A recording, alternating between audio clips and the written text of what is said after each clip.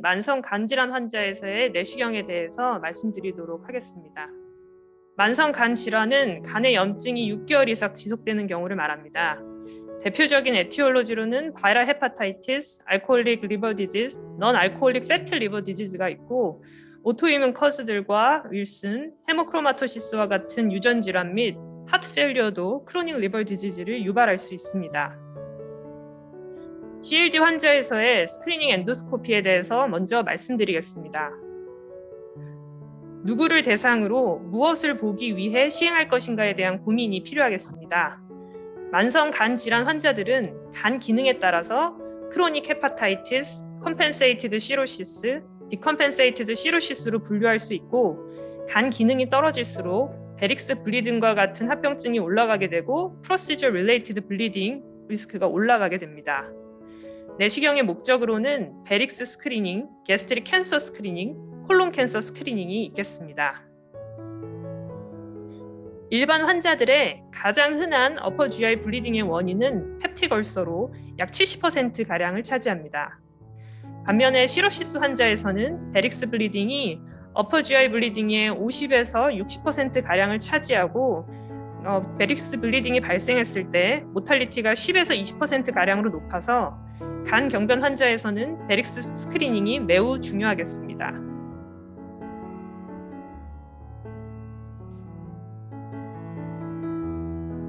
베릭스 블리딩의 리스크 팩터로는 알코올성 간 경변, 비대상성 간 경변, 찰퍼 스코어의 증가와 같은 임상적 소견과 폼 2나 3로 정맥류가 크거나 레드 컬러 사인이 관찰되는 내시경 소견이 있습니다. 간 기능이 감소할수록 정맥류 출혈 리스크가 올라가기 때문에 이러한 환자에서는 보다 자주 베릭스 스크리닝이 필요합니다. 포탈 하이퍼텐션과 베릭스 블리딩에 대한 인터내셔널 컨센서스 워크숍이 5년마다 한 번씩 이탈리아 바베노에서 열리고 있습니다. 원래 올해 작년 예정이었는데 코로나 때문에 올해로 이제 미뤄졌고요.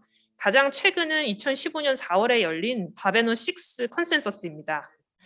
이 워크숍에서 출혈 고위험군 환자를 선별해서 불필요한 내시경 검사를 줄이고자 하는 시도들이 발표됐었는데 비침습적 검사인 리버 스티프니스가 20kPa 미만이고 플레이틀릿이 15만을 초과하는 경우에는 치료를 요하는 정맥류가 동반되었을 가능성이 매우 낮아서 내시경 선별 검사가 필요하지 않고 그렇지 않은 경우에만 내시경을 할 것을 권장하였습니다.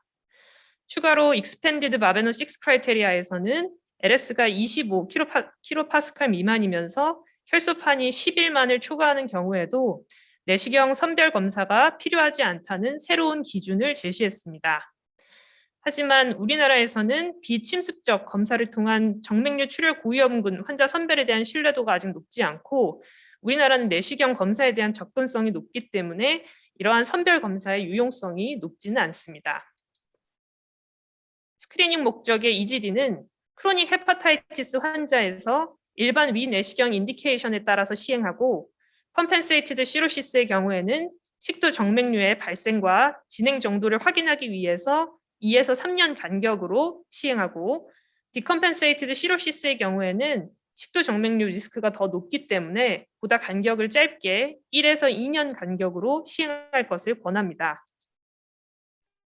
콜로노스코피는 좀 다릅니다. 크로닉 헤파타이티스 환자에서 일반적인 대장 내시경 인디케이션에 따라서 시행하고 컴펜세이티드 시로시스에서는 환자의 간 기능에 따라서 조심스럽게 대장 내시경을 시행해 볼 수 있습니다. 하지만 디컴펜세이티드 시로시스일 때는 베네핏보다 리스크가 더 클 확률이 높습니다. 대장 내시경은 얼리 콜론 캔서를 디텍션하거나 폴립을 제거해서 5년에서 10년 이상의 생명 연장을 목표로 하는데 디컴펜세이티드 시로시스 환자의 평균 라이프 익스펙턴시가 2에서 3년임을 고려할 때 스크리닝 목적의 대장 내시경은 추천되지 않습니다. 바울 프리퍼레이션에는 다양한 종류들의 약제가 있는데 크게 아이소스모틱, 하이퍼오스몰라, 컨비네이션 에이전트가 있습니다. 현재 PEG 제형의 아이소스모틱 에이전트가 전해질 불균형과 탈세 리스크가 낮아서 만성 간 질환 환자에서 추천됩니다. 다음은 내시경 전 랩 교정에 대한 내용입니다. 간경화 환자의 혈액 검사에서 혈소판 감소와 PT 프롤ongation 관찰되는데 심한 이상 소견도 실제 출혈은 그렇게 많지 않습니다. 이는 혈액 검사가 프리코아귤런트 팩터와 안티코아귤런트 팩터를 충분히 반영하지 못하기 때문인데요. 응고인자가 감소되면서 추가로 안티코아귤런트 팩터인 프로틴 C나 S도 감소하게 되고 플레이틀릿이 감소함에 따라서 추가로 아담TS13이 감소하고 몸 빌레브런트 팩터가 증가해서 새로운 균형을 맞추게 됩니다. 이를 간질환 환자에서는 리밸런스드 헤모스타시스라고 합니다. 물론 이러한 새로운 균형은 정상인과 비교를 해서 불안정한 편이기 때문에 비교적 쉽게 깨질 수 있습니다. 하이리스크 프로시저의 경우에는 특히 블리딩 리스크를 고려를 해야 하는데 이러한 상황에 대한 가이드라인이 2020년 미국 간학회에서 새롭게 발표되었습니다. 이 가이드라인에서는 로우 리스크 프로시저에 다이그노스틱 EGD, 밴드 라이게이션, 뮤코젤 바이옵시를 포함한 콜로노스코피를 명시하였고 하이리스크 프로시저에는 폴리펙톰이나 EMR, PEG 인설션, ERCP, EUSFNA 등으로 명시하였습니다. 이번 가이드라인에서는 플레이틀릿이나 PT, 피브리노겐의 특정 컷오프로 교정하는 것이 블리딩 리스크를 감소시킨다는 증거가 없기 때문에 하이리스크 프로시저라고 하더라도 루틴하게 플레이틀릿과 PT-INR, 피브리노겐을 교정할 필요가 없다라고 주장을 했지만 기존의 다른 소사이어티들에서는 하이리스크 프로시저의 경우에는 플레이틀릿은 5만 이상, 피브리노겐은 100에서 100 이상으로 교정하고 시술을 시행하게끔 권하고 있습니다. 우리나라 간경변증 환자에서는 이러한 내시경 검사나 프로시저에 따른 출혈 위험에 대한 정립된 기준이 없기 때문에 현재로서는 고위험 시술 전에 플레이틀릿을 5만 이상으로 목표로 수요를 하고 저위험 시술에는 보통은 필요는 하지 않지만 필요시 이제 2만 정도면 충분할 것으로 생각됩니다.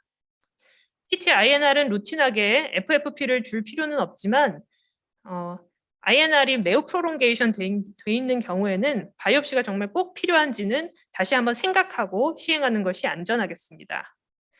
피브리노겐의 경우에는 100에서 120 타겟으로 크라이오 프리시피테이트를 투여하는 것이 도움이 되겠습니다.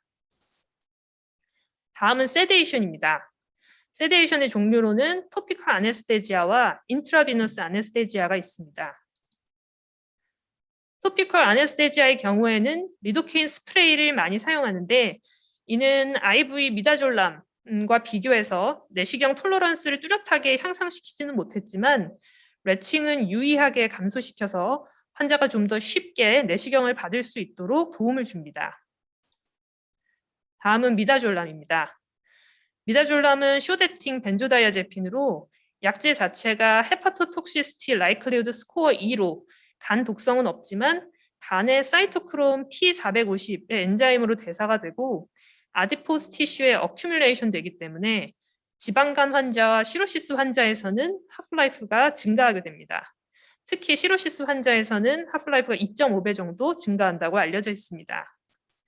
용량은 kg당 0.05mg을 투여하는데 처음부터 다 주진 않고 1에서 2mg을 투여한 다음에 2분 간격으로 환자 상태를 확인하면서 1mg 정도 추가하는 것이 안전합니다. 프로포폴은 알킬페놀 유도체로 가바 기능을 강화시켜서 마취시키는 약제인데 이 약제도 헤파토톡시시티 라이클리우드 스코어 D로 간독성이 거의 없다고 알려져 있습니다. 약 60에서 70%가량이 간에 의해서 대사가 돼서 간 기능이 떨어지면 클리어런스가 감소할 것이라는 우려도 있었지만 약제 반감기가 간경화 환자에서도 워낙 짧아서 특별히 도즈 어저스먼트를 필요로 하지는 않습니다. 용량은 kg당 0.5mg을 투여하는데 처음에 10에서 20mg 정도를 투여한 다음 1분 간격으로 10ml씩 추가로 투여해 보실 수 있습니다. 이 약제는 안타고니스트가 없다는 단점이 있어서 가급적 마취과 선생님 모니터링 하에 쓰실 것을 권해드립니다. 메페리드는 신테틱 오피오이드로 대장내시경 시행할 때 진통의 감소 효과가 있습니다. 오피오이드 제제는 뚜렷한 리버 인저리를 보이지 않아서 간 경화 환자에서 안전하게 사용될 수 있지만 이 약물도 간에서 대사가 되기 때문에 간 경화 환자에서 하프라이프가 1.3에서 2배 정도 증가하는 것으로 알려져 있습니다. 따라서 처음에 12.5에서 25mg 정도를 투여해 보시고 3에서 4분 뒤에 12.5에서 25mg 정도를 추가로 투여해 보시는 것을 권해드립니다. 펜타닐의 경우에는 메페리딘보다 작용 시간이 짧고 간 경변 환자에서 약물 제거가 연장이 되지 않아서 메페리딘보다 선호가 되지만 내시경실에 보통 구비가 잘 되어 있지는 않아서 저는 가끔 ICU 환자에서 패치딘 대신 사용하고 있습니다. 2020년 헤파톨로지에 발표된 간 경화 환자에서의 엔도스코픽 프로시저 중 발생한 아네스테지아 컴플리케이션은 약 1% 정도였고 그 중에 40%가량이 카디악 어레스트나 하이퍼텐션 같은 시리어스 컴플리케이션을 보였습니다. 이 연구는 마취과 의사 모니터링 하에 시행한 수면 마취임에도 불구하고 일반인에 비해서 다소 높은 편으로 확인이 돼서 만성 간 질환이 있는 환자에서는 딥세데이션이 되지 않도록 약제 용량을 감량해서 투여하는 것이 필요하고 필요시 토피컬 아네스테지아를 적극적으로 이용하는 것이 좋겠습니다. 다음은 만성 간 질환 환자에서 고려해야 할 상부 위장관 질환입니다.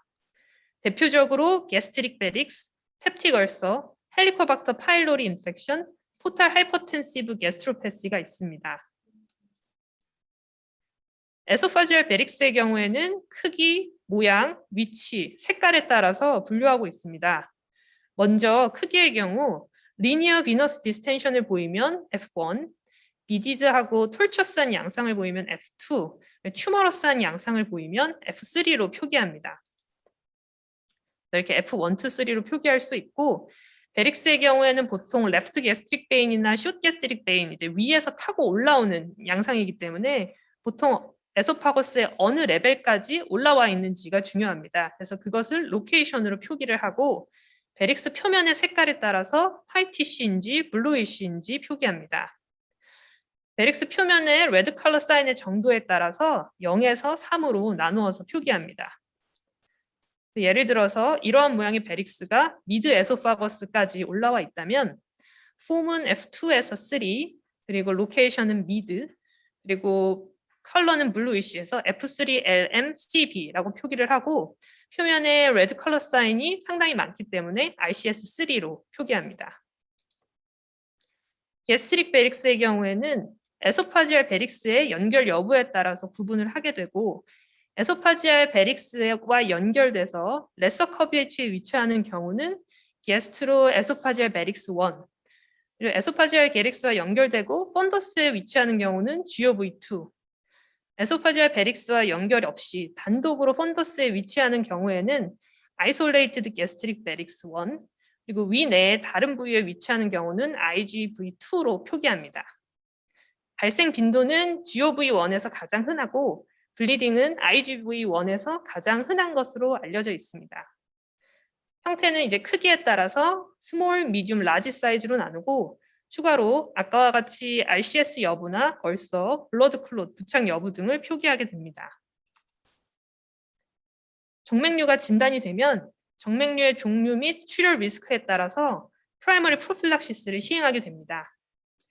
작은 식도 정맥류는 출혈 고위험군이 아니라면 넌셀렉티브 베타블로커의 이점이 별로 없어서 추적 관찰을 권하고 블리딩 리스크가 있는 경우에는 NSBB를 투여하는 것이 블리딩 예방에 도움이 됩니다. 식도 정맥류의 크기가 크거나 GOV1의 경우에는 NSBB와 밴들라이게이션 또는 그 둘의 병합 치료 모두 효과적인 치료라서 환자의 상태와 금기증을 고려해서 선택할 수 있습니다. GOV2나 IGV1의 경우에는 출혈 고위험군이 아니라면 추적 관찰이 유효하지만 출혈 고위험군의 경우에는 영상의학적 인터벤션인 RTO와 또는 엔도스코픽 베릭시아 옵추레이션 EVO를 시행할 수 있습니다.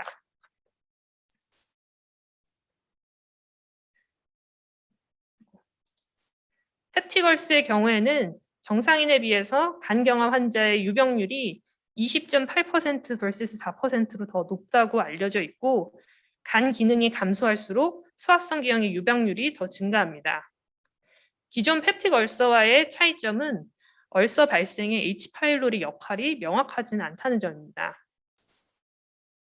간경화 환자에서 H 파일로리 유병률은 일반인과 비교해서 비슷하거나 낮은 수준으로 차일드 A에서 C로 갈수록 그 유병률이 감소합니다. 자녀 간 기능이 감소할수록 H 파일로리 네거티브 펩틱 얼서가 증가하고 제균 치료의 재발 방지 효과도 감소해서 재발 방지를 위해서 헬리코박터 제균 치료뿐만 아니라 기저 간 질환의 악화 방지 및 문맥악 상승 억제 등의 보존 치료가 필요합니다.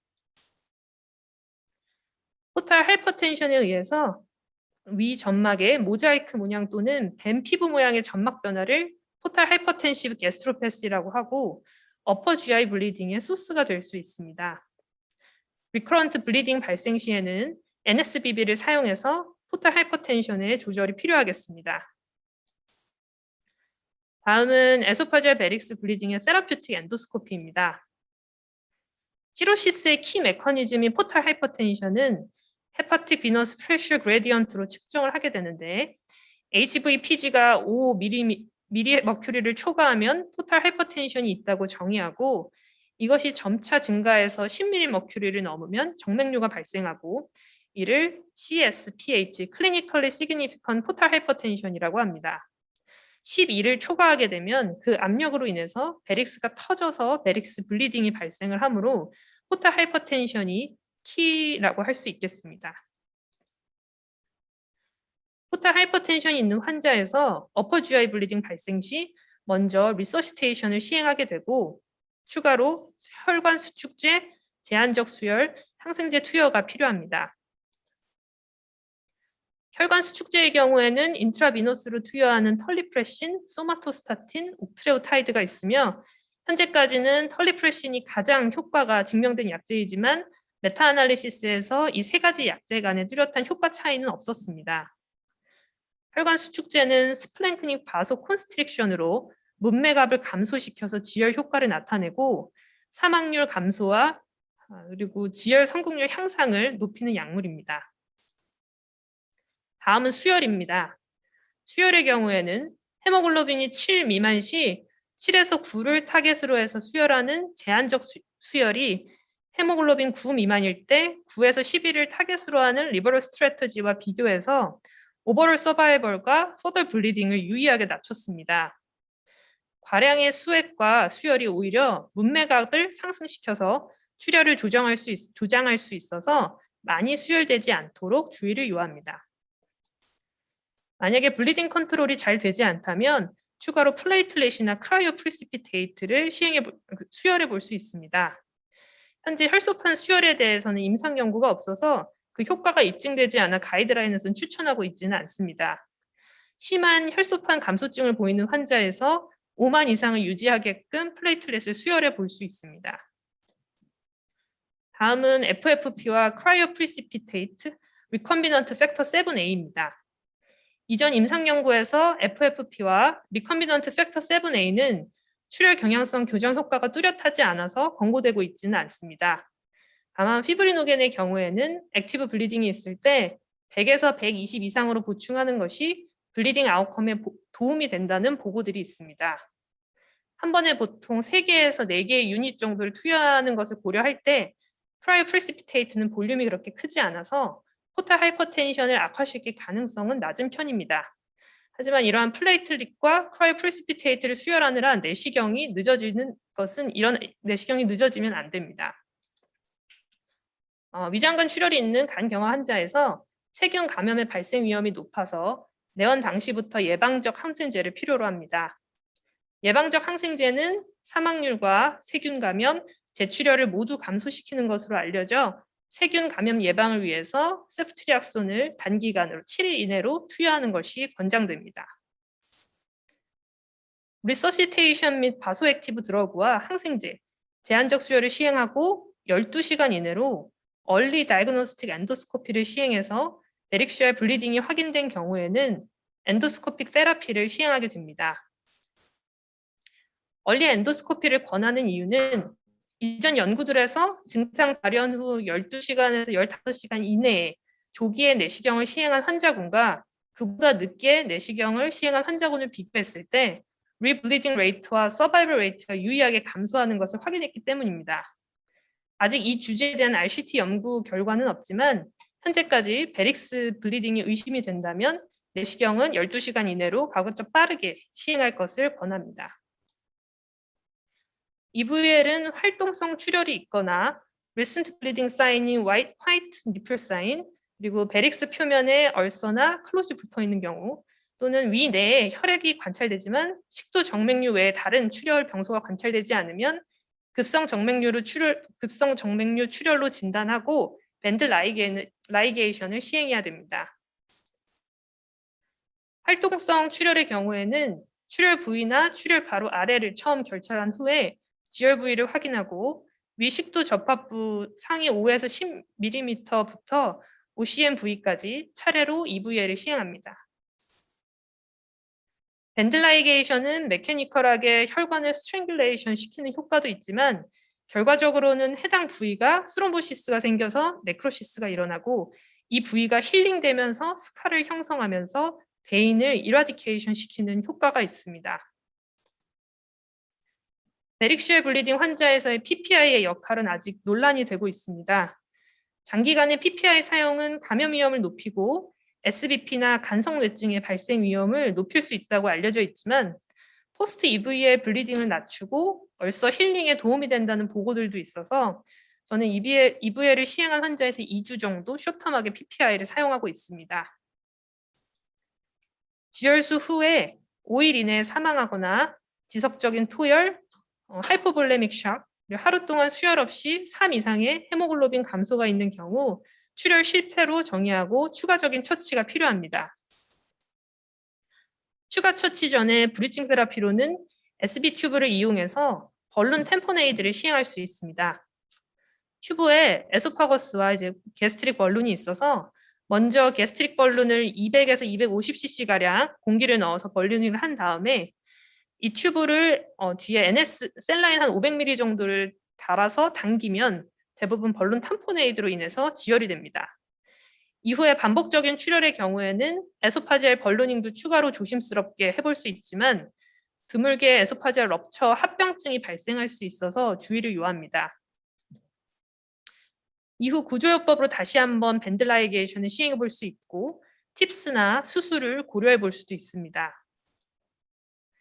팁스의 경우에는 간 정맥과 문맥 사이에 스텐트를 삽입하는 시술로 포탈 하이퍼텐션을 빠르게 감소시키고 지혈을 유도해서 재출혈 위험을 감소시킵니다.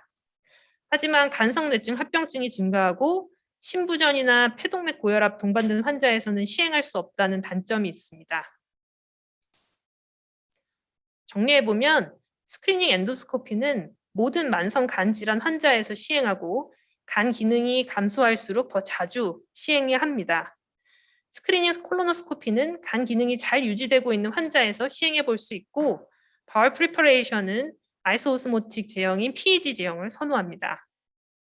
내시경 전에 하이리스크 프로시저의 경우에는 혈소판은 5만 이상, 피브리노겐은 100 이상으로 교정을 하고 PT 프롤롱게이션은 특별히 교정하지 않습니다. 세데이션 시에는 미다졸람, 프로포폴, 페치딘 모두 사용이 가능하지만 용량을 줄이고 좀 더 천천히 수면을 유도해야 합니다. 베릭스 블리딩이 의심되면 리서시테이션과 함께 헤모글로빈 7에서 9 타겟으로 제한된 수혈과 털리프레신, 세프트리악손을 사용해서 내시경 전 처치를 시행하고 가급적 빠르게 내시경을 시행합니다. 밴드 라이게이션은 블리딩 포커스를 먼저 시행한 다음 이지정션에서부터 로어 에소파거스 주위로 라이게이션을 시행하게 됩니다. 결국에 키 메커니즘은 포털 프레셔이기 때문에 향후 포털 프레셔를 조절하는 것이 중요하겠습니다. Compensated LC, Child Post Score A인 ESD 2주시를 했는데 지혈이 안 돼서 L을 먹었습니다. Child A 환자에 ESD를 하고 출혈을 하셨던 환자인데요. 혈소판 수치도 5만 이상이고 PT 프롤롱게이션이 없는데도 프리컷만 해도 출혈이 멎지 않아서 어려움이 있던데 차일드 클래스 A인 환자에서도 예방적으로 FFP나 크라이오 프리시피테이트를 사용하면 시술에 도움이 될 수 있을까요? 라는 질문이었습니다. 어떻게 생각하시는지 궁금합니다. 네, 좋은 질문 감사합니다. 말씀 주셨던 환자분은 이미 혈액검사상에서 플레이틀릿이나 PT 프롤ongation 특별히 관찰되지 않은 환자분이었던 것 같습니다. 이러한 환자분에서 어떤 수치를 타겟으로 얼마 정도 수혈할 것인가에 대해서는 제가 생각했을 때 특별히 정해진 가이드라인이 없고 임상적으로 결정을 해야 되는 부분이라고 생각합니다. 만약에 저라면은 사실 예방적으로 플레이틀릿이나 FFP를 수혈을 하지는 않았을 것 같은데요. 말씀드렸던 것처럼 특별한 타겟이 없기 때문에 미리 수혈을 하기에는 조금 무리가 있을 것으로 생각합니다. 저도 그 차일드 A, E, 플레이트릿 5만 전후인 환자들 ESD 여러 번 해봤는데요. 출혈이 약간 더 많은 거는 인지할 수 있었으나 더 주의해서 그런지 대량 출혈하셨던 환자는 오히려 없었거든요. 그래서 조금 좀 더 코아귤레이션을 많이 넣은 모드를 이용해서 전체수를 하면 충분하지 않을까 생각이 되었습니다. 우리나라는 국가암검진을 2년에 한 번씩 내시경을 하는 나라인데요. 간 질환, 간 경화가 진행되는 환자에서 언제까지 어느 시점에서 국가에서 진행하는 위내시경 2년에 한 번 하는 거 중단을 권해야 되는지 질문이 있었습니다. 예, 좋은 질문 감사합니다. 이제 그 간 기능에 따라서 환자의 라이프 익스펙턴시가 있는데요.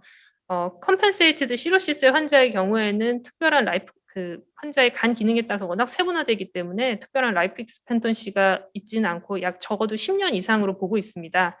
그러한 환자에서는 간 기능이 잘 유지된다면 우리가 기본적으로 생각하는 약 80세 정도 기준으로 내시경을 시행해 볼 수 있을 것 같고, 디컴펜세이티드 시로시스의 경우에는 환자의 라이프 익스펜턴시가 그렇게 길지 않기 때문에 계속 시행하면서 좀 지켜보는 것을 권해드립니다.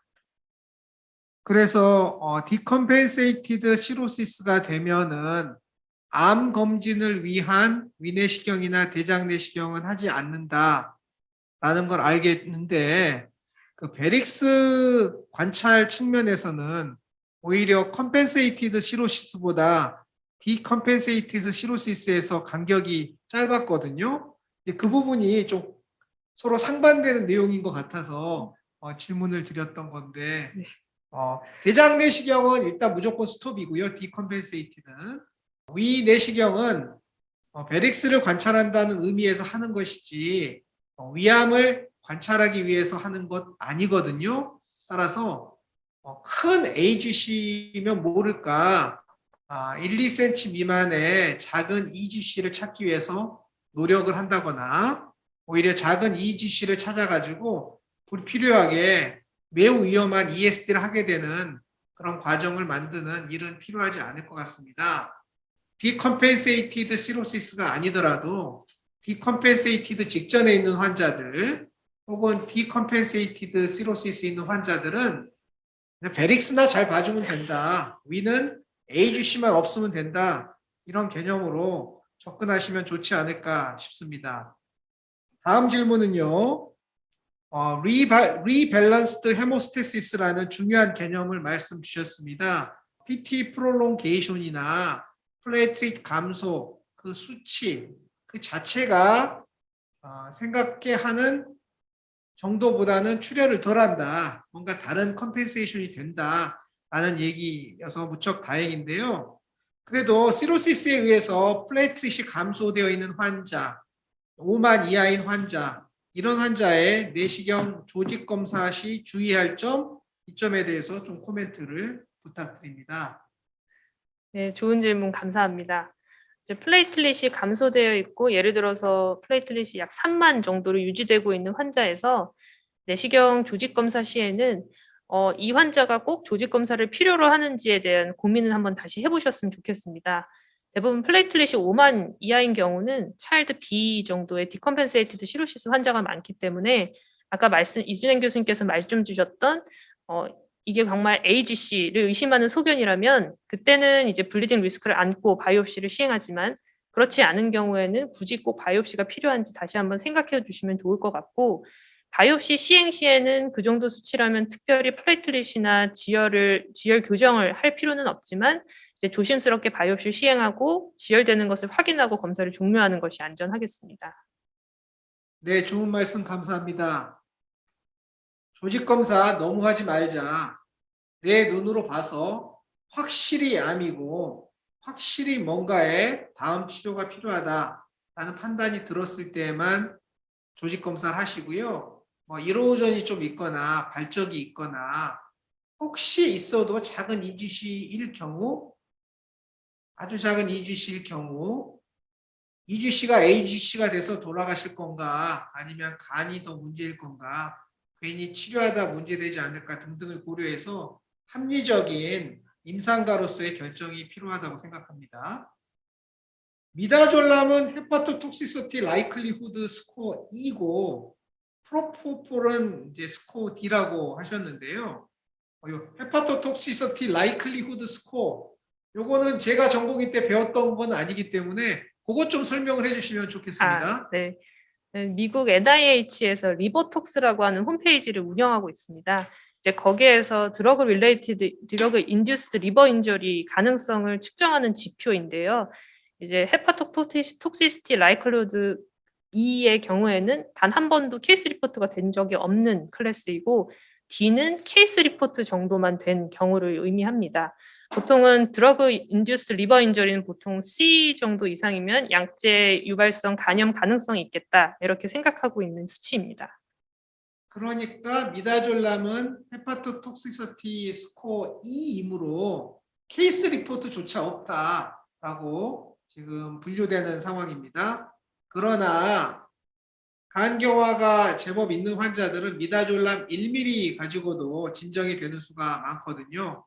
여러분들 페티딘 25ml, 미다졸람 3ml 이걸 기본으로 하시는 분들이 많은데 간 환자에게 그렇게 쓰다가는 코마에 들어갑니다. 1ml만 사용하실 것을 원합니다.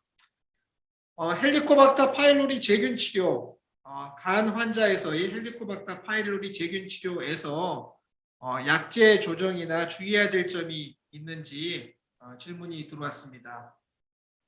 네, 좋은 질문 감사합니다. 그래서 보통 이제 2주 정도의 재균 치료를 하고 있는데요. 이제 PPI와 항생제를 투여를 하게 되는데 이러한 쇼텀하게 사용하는 약물은 대부분 간질환 환자에서의 크게 컴플리케이션이 없기 때문에 2주 정도 유지하면서 2달 뒤에 UBT를 확인하는 것이 도움이 되겠습니다. 항생제 용량을 감소시키거나 할 약제는 없습니까? 네, 제가 알기로는 특별히 없습니다. 네, 감사합니다. 펩틱 얼서 블리딩인지 EVL 베릭스 블리딩인지 명확하지 않은 상황에서는 일단 간 환자에서는 항생제도 사용해 주고 그리고 내시경을 해야 될 것 같습니다. PPI도 사용을 하고 저는 주로 판토프라졸을 사용하고 있는데요. 선생님 이제 EVL 그러니까 이제 위궤양으로 생각하고 위궤양 치료를 생각하고 PPI를 썼는데 막상 내시경을 했더니 위궤양 출혈이 아니고 베릭스 블리딩이었습니다. 그래서 EVL을 했거든요. 그러면 과거에는 사용하던 PPI를 끊어라 라고 주장하는 선생님도 있었는데 최근에는 펩틱 얼서 블리딩이 아니고 EVL을 시행한 경우에서도 PPI를 유지하는 것 같습니다. 선생님이 2주 유지하신다고 말씀 주셨는데요. 그 부분에 대한 좀 보충 설명 부탁드립니다. 네, 이제 EVL을 시행하게 되면 네크로시스로 인해서 그 부분이 탈락되고 해당 부분이 에소파지아 얼서가 발생하게 됩니다. 이제 가끔 에소파지아 얼서에서 다시 리블리딩 되는 경우가 있는데 그 부위는 이미 스카 체인지가 진행이 되어 있어서 지혈수를 하기가 굉장히 까다롭습니다. 보통은 EVL하고 2주 이내에 발생한다고 알려져 있어서 그래서 이제 쇼텀하게 저는 2주가량 쓰고 있습니다. 네, 그래서 펩틱 얼서 블리딩으로 생각하고 시작한 PPI를 베릭스 블리딩이었다고 해서 중단할 필요 없이 당분간은 계속 사용해 주는 게 좋겠다라는 게 저희 병원에서 여러 헤파톨로지스트 선생님하고 협의한 바도 똑같은 의견이거든요. 그래서 저희도 쓰고 있고요. 2주만 쓰시는 거는 좀 짧게 쓰시는 것 같은데 저희는요 좀 더 길게 왕창 쓰고 있습니다. 좀 더 오래 쓰면 문제가 될까요? 이제 롱텀하게 PPI를 사용하면 세균 감염과 SBP, 헤파틱 엔세팔로파시 같은 이제 감염 리스크가 올라간다고 되어 있어서 PPI는 가급적 짧게 쓸 것이 이제 가이드라인에 명시되어 있습니다. 아, 그렇습니까? 네, 제가 그동안 판토프라졸 너무 오랫동안 썼던 것 같은데요. 네, 적절하게 조정해 보도록 하겠습니다. 마지막 내시경 경화요법 식도에서도 가능한지요? 이제 질문이 들어왔는데요. 제가 전공일 때는 엔도스코픽 베릭시알 에소파지알 베릭시알 라이게이션 EVL 없었습니다. 그때 서울대 이효석 교수님께서 전부 인젝션 스클레로 세라피만 하셨는데요. 제가 펠로우 무렵쯤인가 해가지고 EVL이 쉬프레지던트 때쯤 해가지고 EVL이 도입돼가지고 선풍적인 인기를 끌었었습니다. 식도의 스클레로세라피를 아직도 해야 되는 경우가 있는지 질문이 있었습니다. 어떤 예전에는 경우에 사용하고 혹시 사용한다면 어떻게 하는지 설명해 주시면 감사하겠습니다. 예전에는 그 식도의 경화요법을 시행한다고 하였는데요. 현재는 EVL 그 밴드라이게이션이 워낙 효과가 더 좋아서 이제 퍼스트 라인 트리트먼트로 밴드라이게이션이 올라와 있고 EVO는 현재 가이드라인에서는 빠져 있는 내용입니다. 그래서 가급적이면 베릭스 블리딩 환자는 경화요법보다는 이제 밴드라이게이션을 시행하는 것을 추천드립니다. 밴드라이게이션 했는데 그 사이사이에 혈관들이 좀 남아가지고 출혈하는 경우에는 혹시 스클레로세라피가 도움이 될 수는 있지 않습니까? 그 부분에 대해서는 저 조금 더 공부해 보겠습니다. 네, 네. 알겠습니다. 간 이식 환자들이 늘고 있는데요. 간 이식이 이제 주로는 빌리어리 컴플리케이션이 많긴 합니다만 간 이식을 받고 안정기에 들어간 안정기가 들어간 환자에서는 워낙 서바이벌이 좋기 때문에 스크리닝 엔도스코피, 스크리닝 콜로노스코피를 할 수 있다고 생각을 하는데요. 간 이식 환자에서 스크리닝 콜로노스코피를 할 때 혹시 주의해야 될 점 같은 게 있을까요? 간 이식 환자에서는 일단 어데이전이 많이 되어 있기 때문에 다른 일반 환자들보다 이제 바울 퍼포레이션 같은 컴플리케이션이 발생할 리스크가 조금 더 높습니다. 컴플리케이션이 발생했을 때 이미 면역 억제제를 복용하고 있기 때문에 다른 분들보다 염증을 조금 더 심하게 앓을 가능성이 있습니다만 저도 여러 번 그 간 이식 환자 내시경을 해봤을 때는 특별히 크게 부작용이 있거나 어려운 경우는 없었던 것으로 기억합니다. 네, 어려움은 있을 수 있으나 나에게는 그러한 어려움이 없었다라는 오주현 선생님의 그런 말씀이었습니다. 오주현 선생님 워낙 대장 내시경 잘하셔가지고요. 여러분 초심자 여러분 흉내 내시면 안 되고요. 조심조심 대장 내시경 하시기 바랍니다.